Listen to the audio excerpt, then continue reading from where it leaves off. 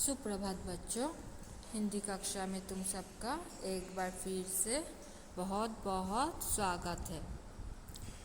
हम लोग part 6 Everest के साथ मेरी भेंट पेज नंबर 42 पढ़ रहे हैं। हमने पिछले कक्षा में क्या जाने कि बचेंद्री पाल एवरेस्ट की चोटी पर पहुंचने वाली पहली भारतीय महिला है। हमने इस पाठ में उनकी एवरेस्ट की चढ़ाई का वर्णन है, जो हमने उसमें से कुछ अंश पिछले कक्षा में जाने थे कि उन्होंने अंग दौड़जी के साथ साउथ पोल से अपनी यात्रा आरंभ की थी। आज हम इस पाठ के बचेंद्री पाल के एवरेस्ट यात्रा के बारे में आगे जानेंगे। तो चलो शुरू करते हैं। जमी हुई बर्फ की सीधी और ढलाऊ चट्टानें इतनी सख्त और भुरभुरी थी मानो शीशे की चादरें बिछी हो। हमें बर्फ काटने के लिए फावड़े का इस्तेमाल करना पड़ा। मतलब बर्फ की एवरेस्ट पर जब चढ़ रहे थे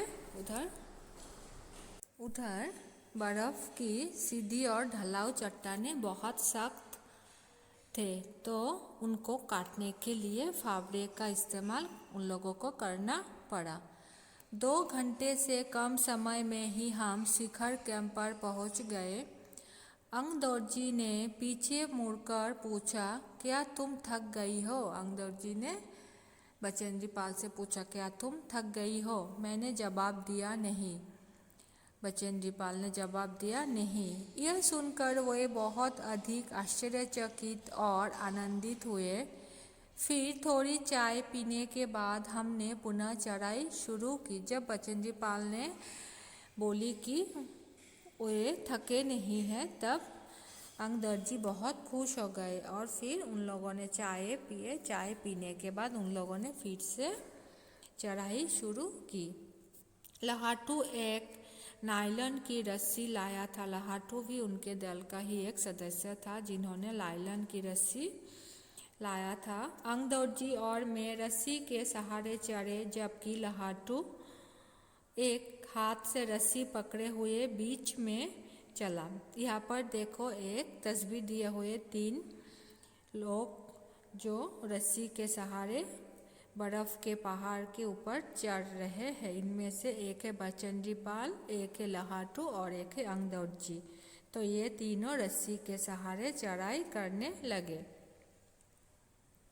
तभी लहाटू ने गौर किया कि मैं इन ऊंचाइयों के लिए आवश्यक ऑक्सीजन की अपेक्षा कम ऑक्सीजन लेकर चढ़ रही थी। तब जब ये लोग ऊपर चढ़ रहे थे, तभी लहाटू ने ये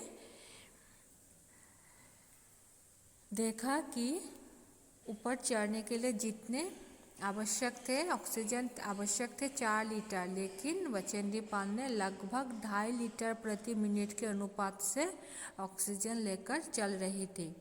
मेरे रेगुलेटर पर जैसे ही उसने ऑक्सीजन की आपूर्ति बढ़ाई, मुझे कठिन चढ़ाई आसान लगने लगी। मतलब रेगुलेटर ऑक्सीजन उन लोगों के पीठ पर देखो, एक सिलेंडर के जैसा दिखाई दे रहा है ना तस्वीर में ये ऑक्सीजन रेगुलेटर है। इस ऑक्सीजन सिलेंडर है, इसमें रेगुलेटर होता है जिसको हम बढ़ा कमा सकते हैं। तो बचेंद्री पाल ने पहले रेगुलेटर का स्विच कम किए हुए थे, लेकिन लहाटू ने उसको बढ़ा दिया। उसके बाद बचेंद्री को चढ़ाई में आसानी हुई। दक्षिणी शिखर के ऊपर हवा की गति बढ़ गई थी।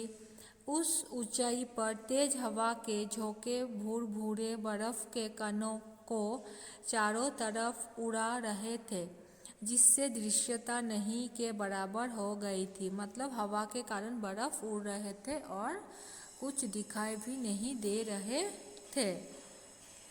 मैंने देखा कि केवल थोड़ी देर के बाद कोई ऊंची चढ़ाई नहीं है, ढलान एकदम सीधी हो गई है। मेरी सांस मानो रुक गई थी। मुझे लगा कि सफलता बहुत नज़दीक है। थोड़ी देर जाने के बाद उन्होंने देखा कि कोई ऊंची चढ़ाई नहीं है, सिर्फ ढलान ही है। तब बचेंद्री पाल को लगा कि मंजिल बहुत नज़दीक है, मतलब ये लोग शिखर पर पहुंच गए। तो पाठ का जो अगला भाग है वो हम अगले कक्षा में जानेंगे। आज तक के लिए इतना ही। मैं आशा करती हूँ तुम लोग समझ गए होंगे जितने तक मैं पढ़ाई आज। धन्यवाद।